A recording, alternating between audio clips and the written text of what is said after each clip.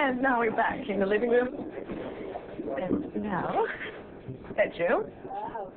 And